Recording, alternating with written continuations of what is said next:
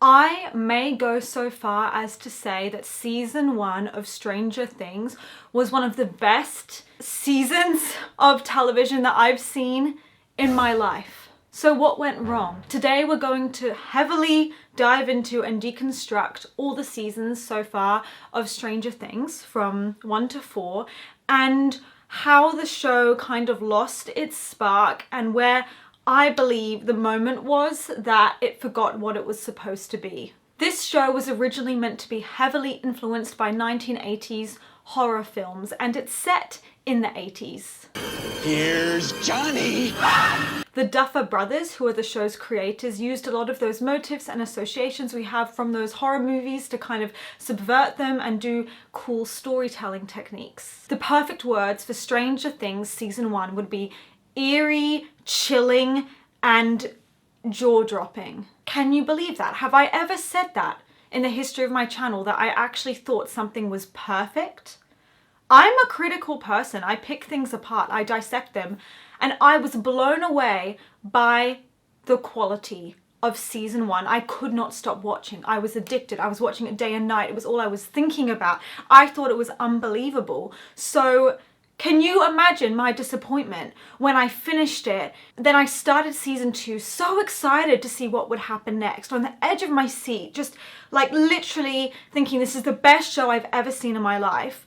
And then season 2 started and I realized it wasn't the same, and maybe no season of it would ever feel the same. I'm sure a lot of you guys who watched it noticed that decline in quality too, and maybe you couldn't put your finger on it, but you knew like it wasn't the same and it wasn't as good as season 1. I'm going to explain that to you today. Season 1 was mind-blowing, really, and nobody expected it to do as well as it did.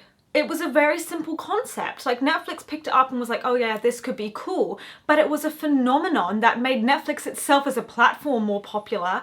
The actors are now superstars. Like, everyone was watching it. I could not hear people shutting up about it. Everyone was talking about it. And originally I was like, no, like, I don't want to watch that because it will be cringy. It's got children in it. Children are never good. It's a kids show. And then when I actually finally stopped being stubborn and gave it a chance, I was like, oh my gosh, this is actually exactly my kind of show. It was amazing. It quickly became one of the biggest and most popular projects in Netflix history. And it's not a surprise why. Like I said, season 1 was literally as close as you can get to it being perfect. The characters, the development of those characters, and what's crazy, it was a simple concept. It was just meant to be a creepy show with some subtle horror elements about a boy called Will who goes missing. And by missing, I mean literally he disappears without a trace. And all we're seeing is some remnants of his hospital gown being left behind, which makes Hopper, the kind of detective investigator on the case, think that maybe he was being used as some sort of experiment, like with doctors or something, but it's very vague. That's just based on guesses and speculation. All that happened is he was riding his bike, he got home, something scared him, he runs into the shed and he hears something scary, like a monster, and just vanishes. And the weirdest thing is that his mother, Joyce, starts actually hearing him through the walls, or thinks that he's trying to find ways to communicate with her by making the lights flash. Like he's there in the room with her, but she can't see him. And that's kind of all we know.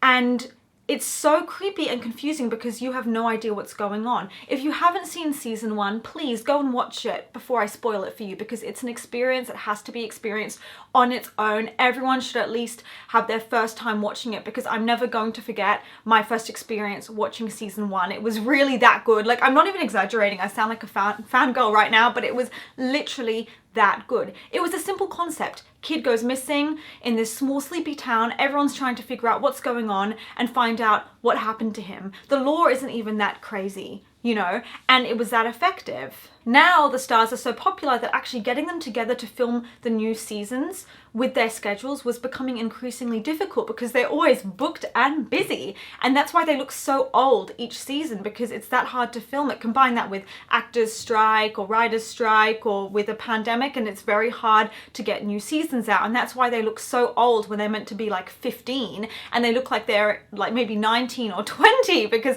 they're literally aging so much. Millie Bobby Brown throughout the course of filming went from having her first kiss on screen to now being married. Half their lives have been spent working on this project. Stranger Things literally took the world by storm, and maybe that's the problem.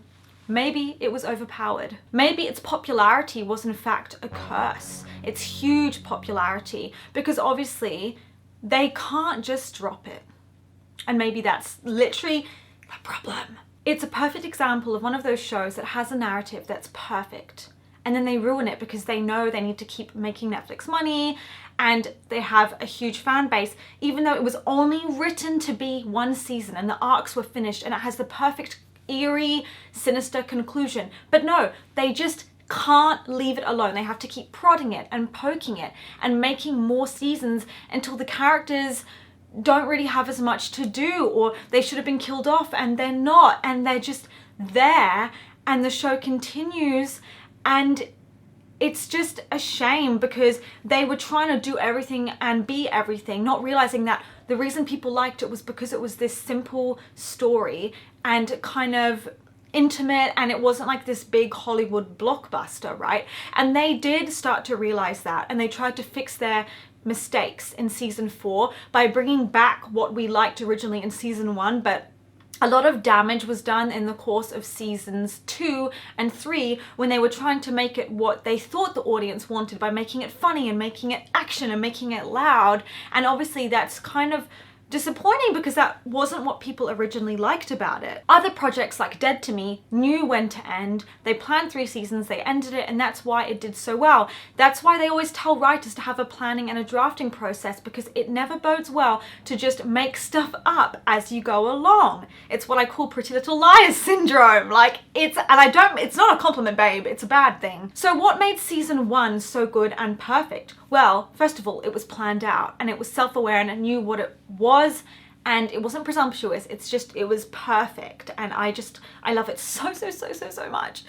And I'm so glad I saw it. I'm so glad I just took a chance. So season 1 shows Elle, who has she's this really mysterious character because she doesn't talk, and we find out that she was basically being used as a human lab rat for experiments done on her because she has magical powers, and the way she was treated was literally disgusting. It's so cool because every time she uses her powers, it's not just easy. She's not an endless fuel supply. It's exhausting. It takes physical exertion on her part. And it's also very realistic that the government would want to try and use and abuse her. Season 1 is amazing because they don't try and like tiptoe around what was being done to her. They show it, and it's horrible because they're not trying to like make it, you know, cute and age appropriate. They're happy to go there and have bad things happen to kids and adults, and it makes it feel very, very real that she was so exploited. But season 1 works because of its horror undertones. It feels so tense. You can feel it. It's visceral. The government listening in on them and tracking them and looking for 11. Joyce hearing her son in the walls, thinking she's going insane and not being listened to and being just labeled as the crazy hysterical woman when she knows she's onto something. I was obsessed with it. And on top of that, this side plot is this weird thing of there being this monster that only seems to come out at night. It's almost like an escaped monster, but in a very supernatural sense. It's like this big white dog without a face / man, and it's hunting people in the night, but then it just disappears again. But how could something disappear? Like, it goes against everything we know about physics and laws of gravity and like everything and the universe. It's like, how could something just disappear? You have 3 separate storylines going on. You have Joyce teaming up with the investigator police guy Hopper, right, and talking to him about her missing son and trying to get him to believe her. Then you've got the kind of kids themselves who are obviously looking for their missing friend Will, and then you've got the teenagers like Nancy, and she's more so the one that's suspicious of this monster in the night, and they're not communicating with each other, which is the bad part. But eventually all of those storylines merge and come together when they share their findings. That's what I love, is although they're 3 separate stories, they're all connected, and everything that they do will end up kind of feeding together beautifully by the end. The first season has such an intense undertone of unsettling dread, and the perfect word would be horror. It's how to do horror without all like the gore and blood,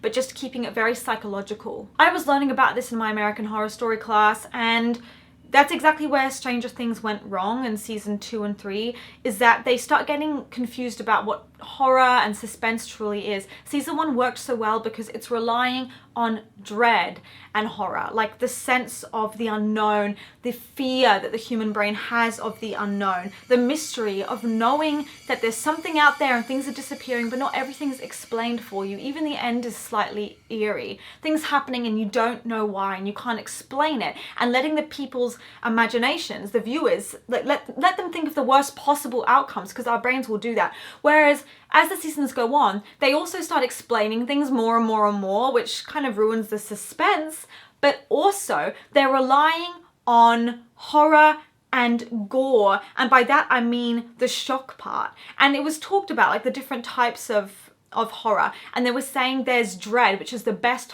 part, which is what season 1 had, which is that building suspense and concern, and then the actual like gore part with like the jump scare and the blood. And as the seasons go on, they start just having the blood part and making it as disgusting and gruesome as possible in seasons 2 and 3, just to kind of gross you out and repulse you, as opposed to it being genuinely scary. They're relying fully on terror in seasons 2 and 3, which is very different to horror and dread.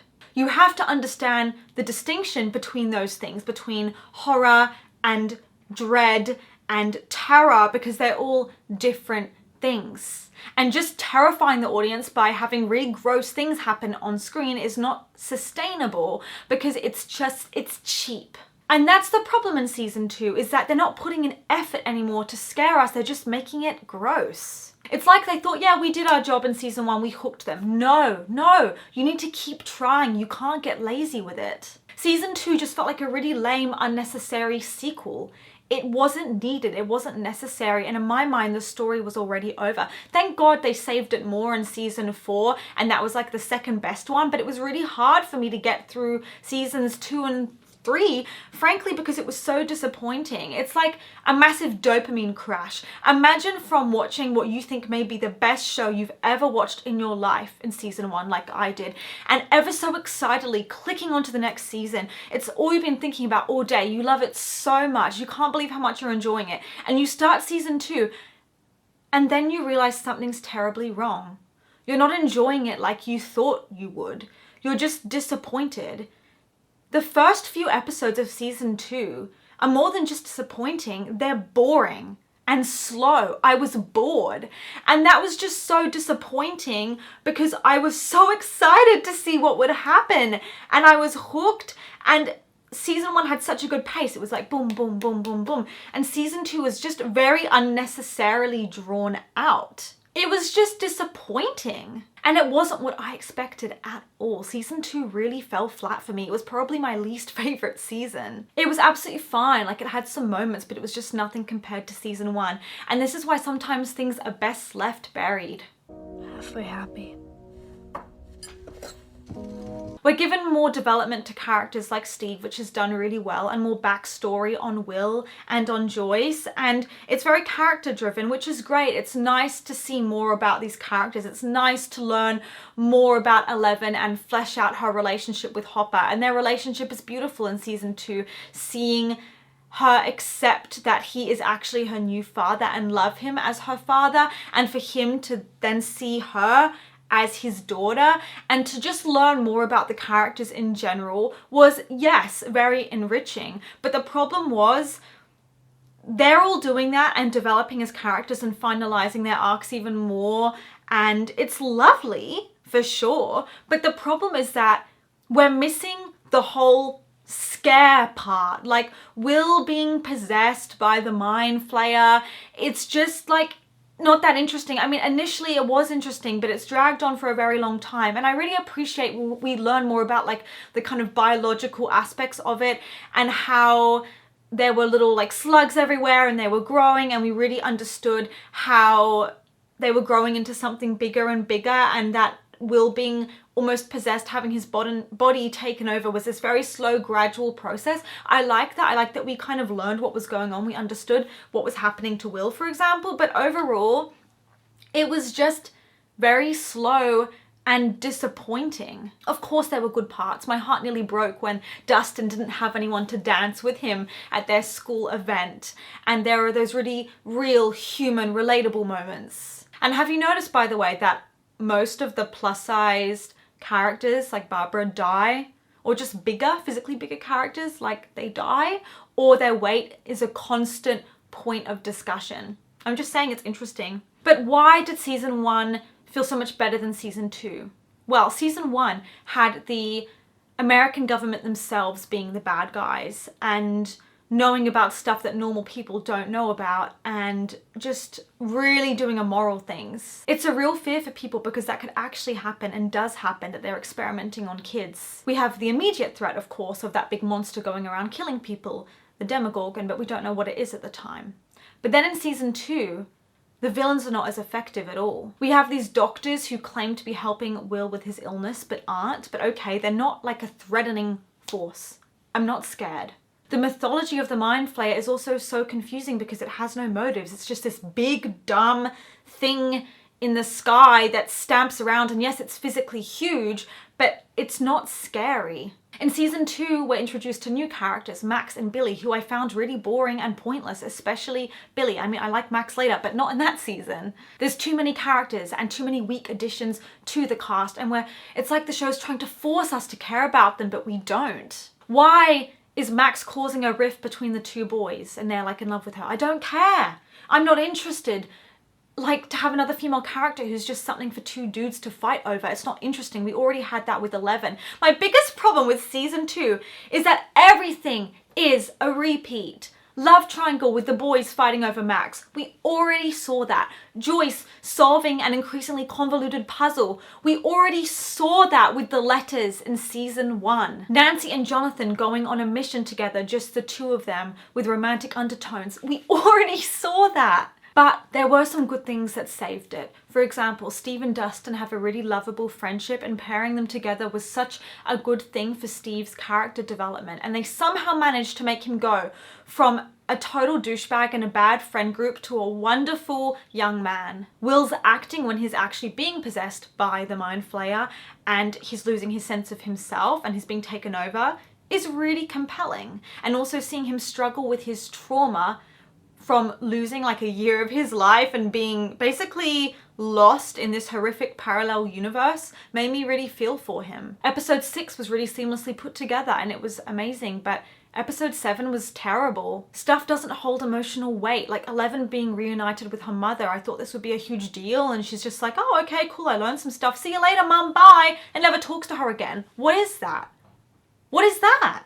Like, what's the point of that? What's the point of her being reunited with this girl she used to know in her lab rat experiment and then to not speak to her again? And then we have quite a lot of emphasis on Nancy choosing Jonathan over Steve, which I don't know how to feel about that. I have very mixed feelings because, in my opinion, the relationships in the show are not really written very well. The romantic relationships, it may be the weakest part, and so maybe they should play to their strengths rather than to their weaknesses. But I didn't know how to feel about Nancy choosing Jonathan because I actually in many ways preferred Steve as a love interest for her. Hot take, I know, I don't care, I'm gonna say it. I felt like they had more chemistry in a way, but also Steve improved, so obviously when he was not toxic anymore and a good guy, I liked her more with him in many ways because it felt like it was trying to tap into the audience's own biases with the whole we root for the nice guy, the underdog and the nerd over the rich popular guy, the popular guy being Steve. But I don't know, because just because someone's nerdy and an underdog and overlooked doesn't mean they're a good guy. And even though Jonathan is a good guy, obviously, and he's a great brother, I really didn't like that in season 1 they overlooked the fact that he was kind of a creep and he'd been taking photos of Nancy in her bra and he was planning on developing them. It's a massive violation of her privacy. Why? It's not like he was going to give them to her. And then everyone's mad at Steve for being mad. And of course, Steve had a massive overreaction and he had violence and anger management issues, but it's not the point. I would be pissed off too if I found out that some guy was taking photos of my half-naked girlfriend. And no, just because you're an outcast and you're a loner and you don't have any friends, that doesn't mean that you just get a free pass to do creepy stalker stuff. And I didn't like the scene at all when Nancy and Jonathan first got together and they kissed for the first time. It should have been an intimate, precious moment. Instead, it's something that's caused by that dude, whatever his name is, my least favorite character in the show, egging them on to have sex and pointing out the sexual tension between them and them feeling almost like pressured to do it in a way because he was telling them, and he was trying to convince them to drink alcohol and give them alcohol afterwards. I don't want to see a creepy middle-aged man drug up two teenagers and encourage them to get drunk and have sex. It's weird, and that should be their private moment and not something for him to comment about at the breakfast table the next morning. It's really creepy. Also, just as a side note, that character, he wasn't there in season 1. And I know what you guys are thinking. Serena, how can you not know the name of that character? He was like such an important part of season 2 and 3 and he's always there. I don't like his character. I mean, I'll put a photo up or something so you guys know who I'm talking about, but I don't want to know his name. You know why? Because every scene he's in, he only is there to make some sort of joke or encourage a couple to get together. And it's annoying because he has no purpose. If you just took him and removed him from the show entirely, nothing would change. He is the most useless character I've ever seen. And that's why I don't like him. And that's why I genuinely don't know if I would ever rewatch season 2 again. I'm gonna be completely honest. And on top of that, I don't want to because I'm resentful, okay? I'm genuinely resentful. Like, I was so excited to come in and see what would happen and see the characters, and I thought it would be even better than season 1. And then I do some research and I find out there wasn't even supposed to really be a season 2 and they're just milking it dry. Yeah, we can tell. It shows. Did I enjoy season 3? And did I enjoy season 4? Yeah, I did. A lot. Does that make it authentic to the show and good? No. And here's why. Season 3 and 4, especially season 3, became like every other action-y show out there. And that's what I really resent, because it wasn't meant to be like every other show or every other action, thriller, fantasy show. And it lost what made it itself, which was that it was creepy and quiet and eerie and had a smaller, more intimate cast. And they just botched it as it went on, and every character becomes this caricature or flanderized version of who they used to be. Season 3 was the moment the show became subpar and turned into a big flashy thing with as many fight scenes and punching in the face and guns and shots being fired as possible. And that's not what people signed up for. The audience was pissed, and that's why they really, and this is the thing I like about them, is they had to take on that feedback and think about it with season 4. And that's one thing I really do appreciate. So let's give them a round of applause. I appreciate that, is when a show knows how to take feedback. And when season 3 came out, I think people were like, whoa, this is nothing like the Stranger Things I know. And so they had to take feedback and try and fix it and bring the show back more to its roots in season 4, which is why I dislike season 4 the least, because at least I could see that they tried, they really tried. And I have nothing but respect for that, because we can only applaud effort, you know. But this is why season 3 was so pathetic, because it's like they weren't even trying and it was just not anything like itself. Season 3 goes from spooky thriller horror to a comedy action gun movie. Like, think Marvel, or think one of those douchey shows or movies that I never would watch, and it turned into that. Just like textbook Hollywood. And there's nothing wrong with a bit of fun, trashy comedy, textbook Hollywood stuff. I watch that all the time, but I don't want Stranger Things to be that. It was just people firing guns at each other and fighting and fist fights. And I was like, what is this? What is this? There's a 180-degree tonal shift where suddenly every single thing needs to be a joke. I'm not kidding, there was no humor in season 1 really. And season 3 suddenly becomes, let's laugh at everything. And the thing that makes it even more disorientating and bizarre is that the cast is phenomenal and they work with whatever they're given, and they're too damn good at it. So they're also really, really damn good at comedy. And that's even more confusing, because It has this complete shift to feeling like a different show where they're cracking jokes, and the actors sell it so much that you're left feeling like in two minds about it because they're so good at pulling it off. They almost manage to fully wing it, and they're making jokes every 2 seconds, and because they deliver it and they make it seamless, you're there like so lost about where all this comedy and great jokes are coming from. Like, there are no stakes anymore. Nothing's scary, and because they're not scared of anything, they're fearless and everything's a joke.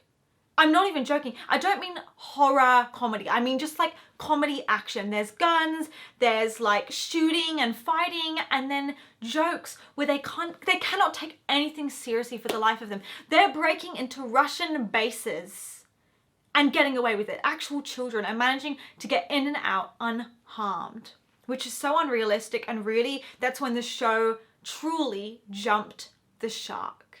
And that's ultimately where they pushed us too far past the point of reasonable believability where you could suspend your disbelief, and it went fully into uncharted territory. So how did season 3 jump the shark? Well, first of all, everything's ridiculous. You have Steve and his friend who are kidnapped by the Russians. We'll get into that later because what the fuck. But they're kidnapped by the Russians, and they're laughing the whole time because they've been drugged, and so they're just giggling and laughing. No fear. And then they're in the car being chased by the impending doom of this massive monster mind flayer behind them, about to eat them alive and suck their souls out. And they're laughing and making jokes.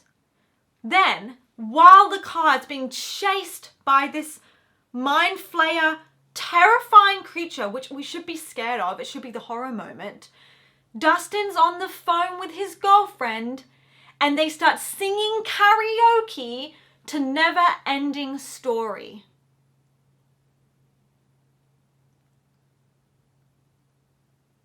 They're singing Never Ending Story. And then you want us to be scared? We're not scared. It wasn't scary. Originally, Stranger Things was supposed to be an anthology.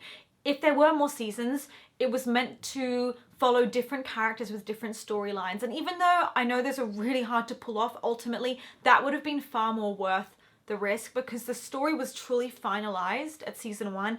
And I truly grieve what this show could have been, because if they just left it alone and left it at season 1, this would have gone down as one of like the most iconic TV miniseries of all time, and it didn't.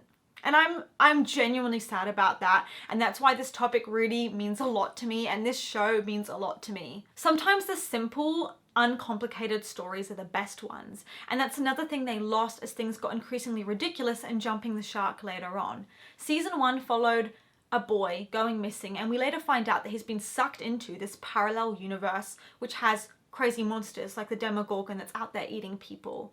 And that's why you can hear him but not see him, because he's technically there, but you can't reach him because he's in that parallel universe. Very simple, uncomplicated. The rules are established. Season 2 is quite convincing. It follows the fallout of that and him not fully having escaped because he's been infected by this virus almost that went into his mouth and is now contaminating him. Pretty believable, right? Again, linked to this parallel universe. But then in season 3, we're going down this even crazier and more insane supernatural route. We've got this crazy monster in this, and the worst part is that the human villains are a group of, wait for it, because you're gonna die, Russians, who are working on this secret base with all this machinery that they've put under a newly established shopping mall. Nameless, random, uncharacterized, unfleshed out Russians who have no clear motivation. The opening scene with these evil Russians working on this project made me cringe because I did not even recognize what the show had become, and it was so basic. It was so basic bitch. And it was so disappointing to be making Russians of all people the bad guys. That's what I liked about season 1, is they were saying, us, our own government, are the bad guys. The cooler is inside the house. It's our own enemy, and it's someone closer to home than you would think. It was a brave, risky, bold move, but that's why it worked. To just go for this blanket sort of statement of, oh, it's the Russians, they're the bad guys, is crazy. And the show also suddenly becomes insanely patriotic. Like, in season 1, it wasn't like that. The American government was the bad guys. It was kind of cool. And then season 3, they're all like, we must defend our country from the Russians. Go back to where you came from, and making these very strange comments like, could you imagine our own government doing that? Never. Of course it was a Russian that did this. You know, Americans would never. Like, Hopper's making these comments about how it's so obvious that a Russian did this. And it was so bizarre. It's like the writers hadn't even watched their own show in season 1, which was like the opposite of that. Season 3 is focused on plot and drama, and then the characters take a massive back step. So they don't really have much going on. Jonathan went from being this iconic character to just being this background character. Originally, Will was so important. He's the heart of the show. And he becomes, again, this kind of useless character in season 4, for example. He's not doing anything. Season 3, he has some stuff going on. There's a really compelling arc that's really powerful of him trying to catch up and all those memories and experiences that he missed because he's lost like 2 years of his life, and he's trying to just play Dungeons and Dragons and hold on to his youth and his innocence, but all the other boys are moving on. They've all got girlfriends, and he doesn't give a fuck about girls. He doesn't want to talk about girlfriends. He wants to be a kid and have fun. And it's actually like really him being traumatized as well and not getting the help he needs, but no one's understanding that, and everyone's just thinking he's being irrational, and like they're all like, dude, we're growing up, like we have girlfriends now, the group's expanded, and he doesn't want to catch up because they're all now modern day, but he's stuck in the mentality of where he was 2 years ago and feeling nostalgic for that time that he never had. And it's heartbreaking but powerful. The problem with that subplot is that's really all he does in season 3, and it's too small, and the rest of the time he's not really connected to the main plot. And in season 4 it's even worse. He's not doing anything at all, and it's really shocking to see a character that is quite literally the backbone and soul of the show being pushed to the back. And the Byers family was the most important part of the show in season 1, but later, him, Jonathan, Joyce, they're just all kind of pointless in season 3. Now, this is what I mean by the show really jumping the shark, because the whole thing with the Russians and the Russian government, what was that? That was insane. They never would have done stuff like that. And also how you're just pushing it past my own believability. How could they have dug this secret base under a mall? And why would they do that? Why would they choose this small town out of all the small towns they could have chosen? Nothing happens in this town. The characters say as much. And now we find out there's a secret base built under the town that no one knows about. Like, you're really losing me. And I'm trying here. I'm trying to be supportive because I love this show, but like, it's frustrating. The characters are really losing themselves too, whereas at least season 2 didn't sacrifice the authenticity of the characters, whereas it's like a proper sellout now in season 3 because we're also losing the characters. And Mike, for example, doesn't have anything to do. And the tone shift, especially in season 3, makes this really confusing because I was like, sorry, since when was this a comedy show? The one thing I will say is that I love the new aesthetic. I love that it was bright and beautiful. They've got this whole neon arcade thing and the bright leotards and the big hair. I love Nancy's beautiful aesthetic of the 80s woman. The problem is that it's a little bit too over the top with the bright colors and then playing 80s hits everywhere. Before in season 1, it was clearly set in the 80s, but in a more subtle way where it took a while to figure out that it was. You had to look at the phones and you had to look at what they were wearing and all the more muted colors, and it took a while to be like, hang on, like something's different.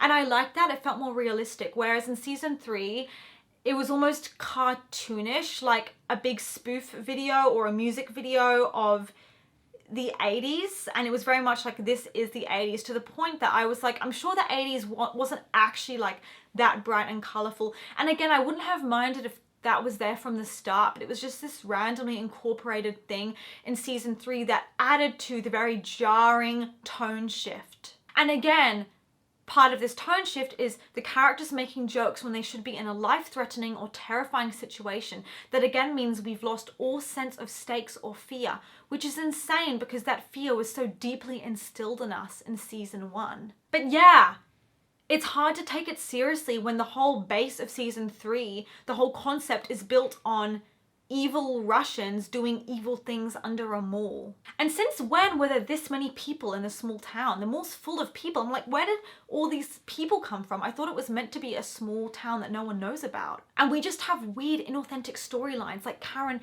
actually thinking about having an affair with 18-year-old Billy. She wouldn't do that. Why did they massacre her character like that in season 3 for no reason? No one is behaving like they normally would have behaved. We keep losing grip of who the characters are. Like Mike judging 11 for being aggressive in season 4 and having a lash out at someone who's bullying her. Why would he be surprised? She's always lashed out and become violent with people when she feels threatened. Since season 1, she did it to like his friend, like in front of him. She's done it to him where she gets angry and sometimes uses her powers or physical force. She's traumatized. It shouldn't be a surprise to you. The way they massacred Hopper in season 3 should be studied in film schools because it was so unlike him. I don't even know what to say, and I'm just so disappointed because he was my favorite character in season 1 and they completely butcher him in season 3. They developed Nancy so much in season 1, showing her as someone that's a nice girl but is losing her sense of self to try and fit in and is becoming a bad friend and not authentic, and then picking herself back up again in season 2. And in season 3 and 4, she just doesn't really have anything to do. She's losing that Nancy-ness that we love, and she's just very boring. And it's a shame because she had so much potential in season 1 to be a very complicated character. And again, she's doing things that Nancy would never normally do, such as actually judging Jonathan for being upset that they got fired when she should know better than anyone that he needs the money. And getting fired is no joke. He needs to pay for college. Jonathan's doing nothing in season 4. His only concern is that, you know, he didn't want to go to the specific college and he wants to stay close to family and he's worried about telling Nancy, yada, yada, yada. He's got nothing going on. Are there good things in season 3? Yes, of course. I loved Billy getting possessed. I thought that was amazing and scary and brilliant, and how he was just, oh, it was so good. And I loved Steve's arc of realizing that he's no longer a cool kid anymore and that life doesn't stop at high school. Life continues. So many bullies and cliquey people in high school get a real shock when they suffer in the real world, and it's always the nerdy kids and the quiet underdogs that come out on top in the real world. And same thing for Steve. He's not getting any luck with girls because it's the real world now. It's not high school, and he can no longer go off just being the cool kid. He has no idea how to land girls anymore. Like, he's actually struggling and, you know, needing to work and find a job, and it was really interesting. But other than that, nothing is working. The enemies to lovers relationship between Hopper and Joyce isn't working. It's not believable. The fact that Nancy's co-workers all got brutally murdered and no one really properly logged that or registered that or investigated it is not believable. And there's no sense of like confusion or suspense or plot twist because we know everything. Billy getting possessed wasn't this horrible, eerie shock where we find out he's been possessed the whole time, because we knew from the start he was possessed. Okay? It's not like some sort of thing where it's like, oh my God, I had no idea. No, we know from the start. We know from the start who the bad guys are because we're shown the Russians in the opening scene. So the characters find out stuff as they go along and they're just blown away by it. But we've known for like 5 episodes now that this was going to happen and it was bound to play out at some point. So again, there's no sense of real shock or suspense. We're just waiting for the characters to find out something we already have known for a very long time. And again, can I emphasize how stupid the thing with the Russians is? I'm sorry, that's when this show absolutely lost me. But then something really interesting happens in season 4. The show changes again. And this time they actually took some feedback. So, was season 4 better? Yes. The reason why I appreciate season 4 is because they actually tried. However, that doesn't mean that it was like the most amazing thing ever. And it's interesting how people try and gaslight you into saying that season 4 was the best thing ever. And I don't want to be pressured into my channel and saying what people want to hear and feeling the need to say that it was amazing and they fully fixed it just because that seems to be the common consensus on the internet or some very loud people on the internet, because if I'm being honest, I don't think anything could top season 1. And even though I really liked season 4, I can see gaping flaws there. Keep in mind, I did enjoy season 4 a lot, but I think that I can find a way to be a fan of the good things whilst also criticizing the bad, and that doesn't detract from the value of it. So we'll start off with the good things. Season 4 tried to be better, and they tried to make us enjoy it, and they definitely made it a bit less funny and over the top with the comedy. They toned it down a bit, and they tried to introduce more supernatural and horror elements like the audience was asking for, and I appreciate that. It made a big difference, because coming into season 4, you see that there are remnants there, little sparkling embers left of what season 1 used to be and what the show used to be.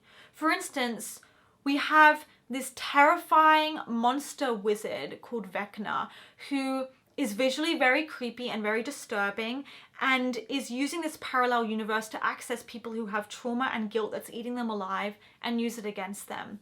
And that was a really great element. For instance, Max is the next victim, and what I love is we don't know everything and we're not told anything. We don't find out until much later that Max is the next victim. We know something's going on with her and she's having nightmares, but we just think she's traumatized and she's got PTSD. We have no idea that she's about to become the next victim.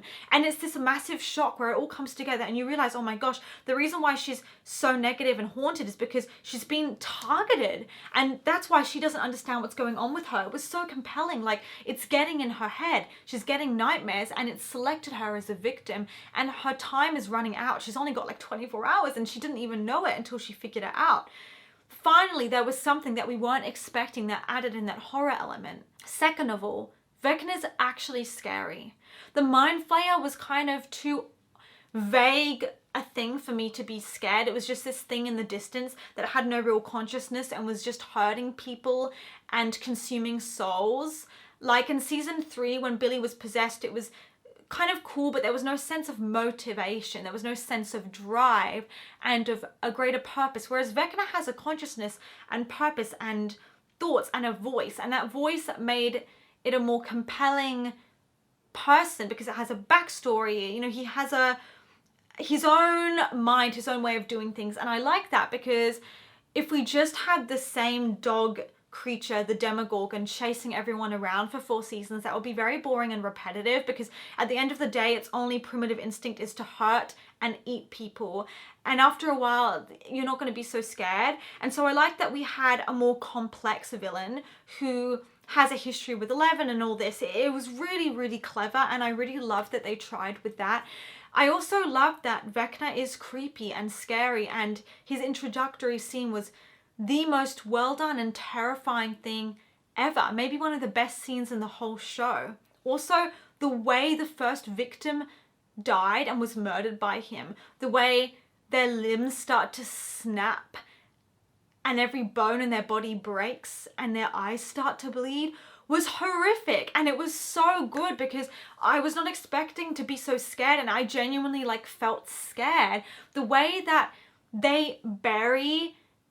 he buries into his victims' minds, and he knows they're haunted by something and uses it against them to kind of lodge into their consciousness and bother them and scare them, was so, again, genius. It was just amazing. And it was really nice and refreshing for once to have not just Russians as the villains, although that's an ongoing subplot, but to have something else, something more supernatural and actually scary. Not just this big bloody mess that's sucking people's souls out, but something real. It was much better. It was relying more on psychology as well as the gore horror element of it and the bloody part. And Vecna's creepy. Vecna's a really good contender for a potential villain. He is killing people as the season 4 goes on, so you start getting quite scared because you know that he's not here to play, he's not here to mess around.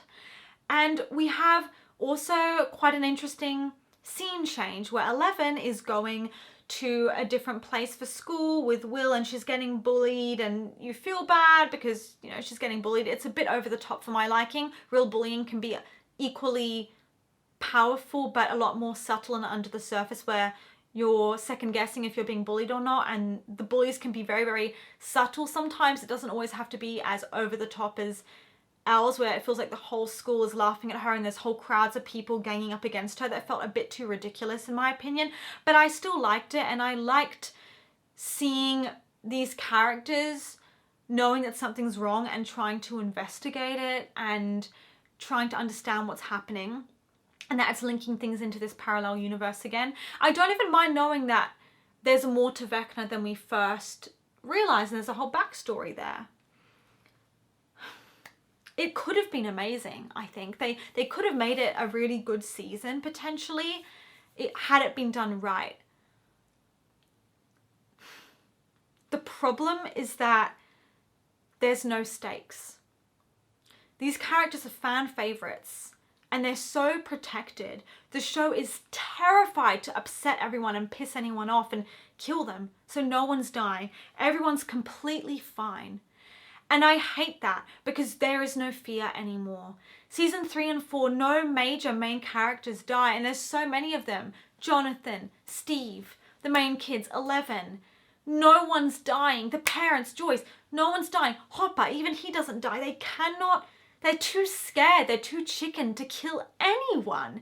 And that really irritates me.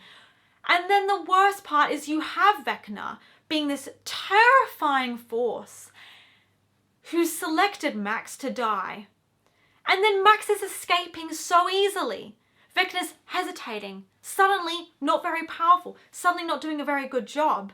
Before could break people's limbs, and now all Max needs to do is run like this and dodge when Vecna's throwing rocks at her and she can just get away, and suddenly she's managing to buy time. And I'm like, what do you mean? You should have died instantly. You should have died instantly. Why is everyone so invincible and so protected? The whole point is that 11's meant to be the only one who's protected because she's got the superpowers. Everyone else should be vulnerable. Mike is totally fine. Joyce is totally fine. The side characters are totally fine. And the problem is that the only ones they're killing off are the minor characters who are solely introduced for the purpose that later they will die. And the problem with that is you always know exactly who it's going to be, so you know not to get attached to them.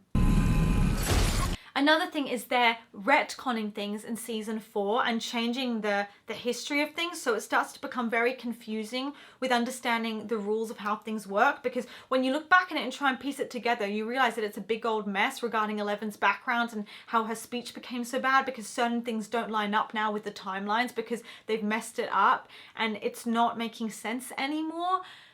But even things with regarding the parallel universe, in season 1 you needed a mask and full body gear to safely enter the parallel universe, right? And now it's like you can just enter it without gear for periods of time. It's not making sense. There are many parts of the lore that are also not quite adding up anymore, or they're very over-explained, so you lose that sense of ambiguity and mystery that made season 1 work so well. I was also very disappointed because we had the love triangle come back with Nancy and Jonathan and Steve, and that should have been left in the past. It's also insulting because I care about these characters a lot more deeply than just what they offer to a love triangle, and I actually really preferred them just individually as characters, not just for ship culture. I have a massive issue with what they did with Joyce in season 4 as well. It's so plot driven, they're forgetting to make it character driven, and so a lot of the characters are very aimless with nothing to do. For example, Joyce, she, outside of saving her sons, doesn't have much going on, and she's also become quite negligent. You've almost forgotten the fact that she's a really good mum. It's like the show's forgotten that she's a very protective mum. She just heads off on a trip without being there for her boys, which I don't think she would ever realistically do. She wouldn't just abandon them. She also wouldn't be doing crazy stuff like crashing a plane. And when you're doing stuff like crashing a plane and into a Russian base and making it out of there alive, you're really jumping the shark, and you're losing my ability to stay immersed in the show. You're disconnecting me from the experience, and you're reminding me that I am in fact watching something that's fictional. She was a very involved and caring mum in season 1, and I just don't buy it, her behavior in season 4.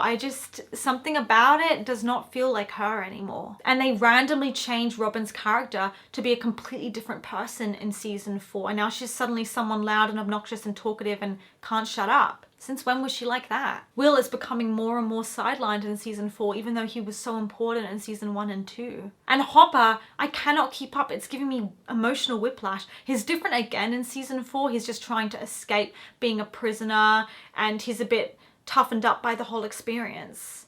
And I just cannot for the life of me keep up, because he was different again in season 3. You know what he was in season 3? An asshole. And in season 1, he was an incredible guy. And in season 2, he was learning to let go of his control issues and become a better parental figure. They kept changing him for the sake of the narrative and for the sake of shock value or to keep you interested, and it really pisses me off. So in season 1, I fell in love with his dedication to helping solve the case and find this missing child. The way he pieced the clues together was amazing, and he was so intuitive and so good at taking risks and figuring stuff out where nobody else would have been able to put the clues together like that. He did a really good job, and he was really good at solving the case. There's a really endearing backstory where you find out that he lost his own daughter and he has to live with that every day, and now as a result he's become a father figure to Elle. In season 2, yes, he's being overprotective, but he learns to be a better guy and a better father figure to Elle, and his arc is completed.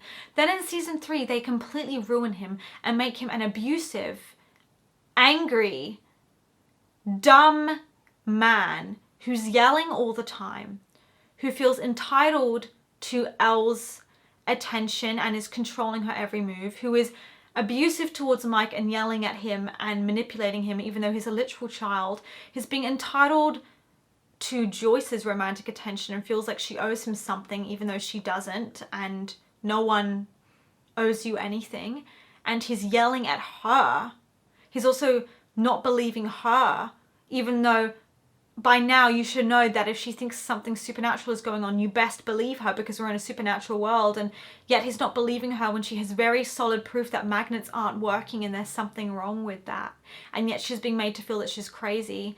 He is using any opportunity to mock her and be nasty to her for even interacting or looking at another guy. And he's actually pissed at her for apparently pushing him away even though she just lost her own partner traumatically and violently in front of her like less than a year before, and he seems to have forgotten that even though he was literally there. Crazy. You want to see real crazy? Hey! When I say 3 inches! 3!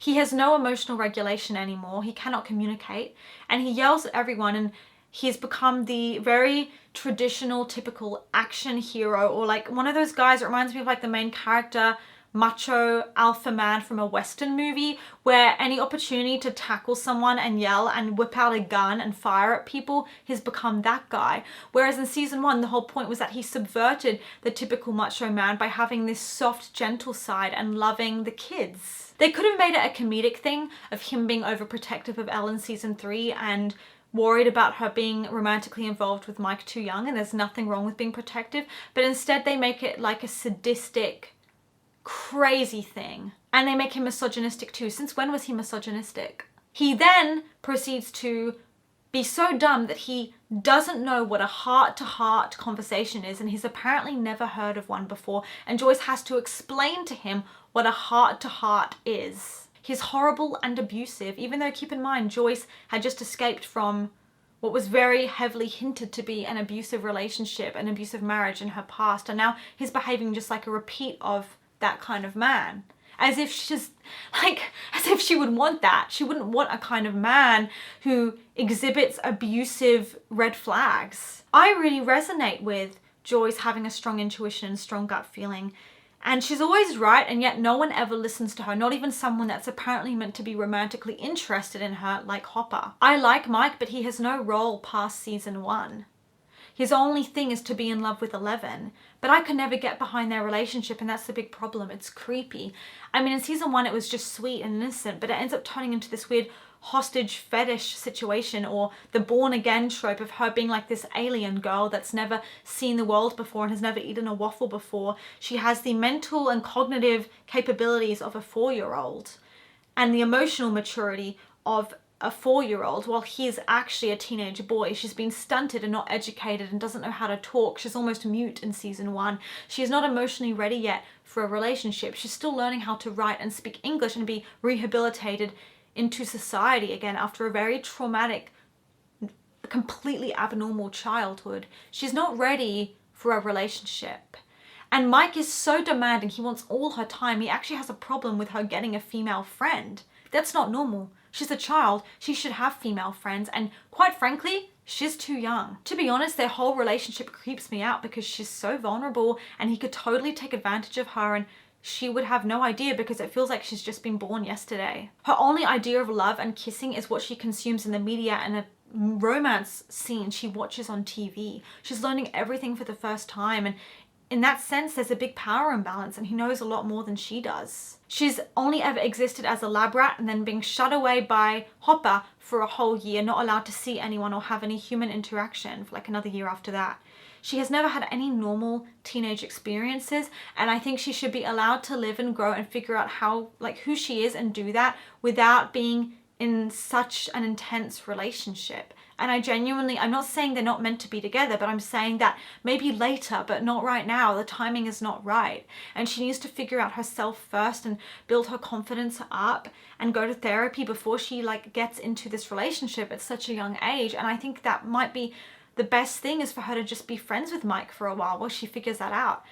I like them together, I just don't think now is the right time. It also bothers me how Elle uses her arms so dramatically to control her powers in later seasons, because in season 1, it was just her eyes and her head movements and her small gestures and her face that let her control her powers, and it felt a lot more suspenseful and interesting than her being like an actual Marvel superhero, like using her arms like a Winx Club character. It's really distracting, and it's a shame because it's really marvelizing it, but it wasn't like that before in season 1. And I also thought it was kind of compelling her losing her powers in season 4, and when they make her just a stereotypical action superhero again when she has some training and gets them back, it's odd. Nothing has any consequences. She loses her powers in season 4, and I thought that would have a larger impact on her and her identity and her self-esteem, but so quick she's sent off to boot camp to learn how to get them back that it feels like nothing is having a true lasting consequence. But my biggest problem with season 4 overall is the character's inabilities to die. And that's really what brings it down for me. You have a great villain of Vecna. You have very compelling horror elements again. Not as good as season 1, but still super strong. I was really, really loving it. I was hooked. And I think I would have been much more sold if a few major players died at the end of season 4, as they kept alluding to by the people who were running it. They kept saying when it was promoted there'd be a big body count, but then no one's actually dying. I would have been far more invested if a lot of really key characters were dying, but all that happens is you get this build up and then you realize everyone's basically superheroes themselves. No one's going to die. They could be choked, beaten, starved, and they still somehow manage to make it out of there alive, even if it's against all odds. Steve could go up against a Demogorgon and fight it with an axe and still find a way to not die. And it's very hard to be scared when you know that nothing truly bad is going to happen to any of your characters. It's hard to truly fear for them and their safety when you just have a feeling that everything is going to work out just fine and dandy. There's also an emphasis on plot over authentic character decisions. Dustin, for example, is so interesting in season 1. He's the brains of the group. He's got his own unique thing going on. And he's got his friendship with Steve in season 2 that's starting to develop, and him taking advice from Steve. And then in season 4, he doesn't have much going on. The only reason why you still like him is because the actor is so phenomenal at working with whatever he has that he fits seamlessly into the storyline and just does amazing. And you think he's such a great character, but it's only because of the actor carrying the whole weight of the show on his back, because he's so good in this role. And he nails every scene he's in, and the script was read. The script was read and lines were delivered, and they ate and they served, okay? They served. They were not playing around. These actors and this cast is phenomenal. But when you actually take a step back and you look at Dustin and his evolution on the show, you realize that he doesn't have much to do in season 4, and you're questioning in a way why he's even there. Lucas's sister is just this caricature of the sassy black woman, and she has no personality other than to be a comedic relief and make jokes and be sassy and be loud and be mean, and it's such a waste of her character. Lucas isn't doing anything aside from, I don't know what. Like, honestly, I don't know. So overall, do I love this show? Yes. However, I also greatly resent it because they kept jumping the shark as the show went on and thinking we wouldn't notice. And we did. And I would have loved season 4 a lot more if they just had the balls to kill off some of our fan favorite beloved characters. They don't need to make it so dramatic and overcomplicated. We loved the show for its simplicity. And we also loved it because of how small town vibes it was. And that it wasn't like every other Hollywood blockbuster. Sometimes the best and most iconic of shows are the basic relatable ones that aren't super, super, super convoluted. This show is my Roman empire. And it's a perfect example of what happens when a show gets too popular for its own good. Keep in mind, I like Stranger Things. Is it one of my favorite shows? Yes. I will love it forever. Even the weak seasons, they have a lot of merit and they have a lot of good scenes. It was never a bad show. There was never a really bad season. However, the perfect word for seasons 2 and 3 would really be anticlimactic. And they just managed to save it right at the end. Like season 4 kind of saved it on its tailcoats. That's not a saying. I don't know what the saying is. I just mean like at the last minute, season 4 swooped in and saved it. But if season 4 had continued at the same disappointing trajectory as season 3, I would have truly been disappointed. If they embraced and leaned into the comedy thing even more, I would have been really gutted. So I'm glad that they tried to remedy their mistake and clean it up and be like, pretend it never happened, and wipe the slate clean, do over, revamp time, and then they tried to take it more seriously in season 4. I appreciate it. The effort does not go unnoticed. You could really see in season 4 that indeed they were taking it more seriously and trying to embrace it as what it's supposed to be, which is a dark, gritty, sinister show. But I think I'm not going to be over this for a long time, and I will forever mourn the loss of the show that we could have had. And there's nothing wrong with it being a comedy. There's nothing wrong with it being an action. However, there's a time and place, and this wasn't meant to be that kind of show. It was missing the mark. And I think when you set out to create a project, you need to be very clear. Who is this for? What does the audience want? What are they getting out of it? What did they sign up for? Keep that promise and continue to deliver on it. We didn't sign up for a comedy or an action thriller. We signed up for something very different. And it's an example definitely of what happens when a show just gets a lot of popularity in a very short period of time and absolutely skyrockets. And they need to keep renewing it. Even when the story already reached a natural conclusion, but the only thing that truly saved this show was the phenomenal cast. It reminds me a lot of Sabrina the Teenage Witch in this sense, because it was a increasingly weak storyline with a phenomenal cast. Now, is this show still great? Yes, it's a much higher tier than other shows out there. I would never put it in the same category as other shows, but there's definitely a lesson to be learned here around not pushing it when it comes to a good product. Thank you for watching.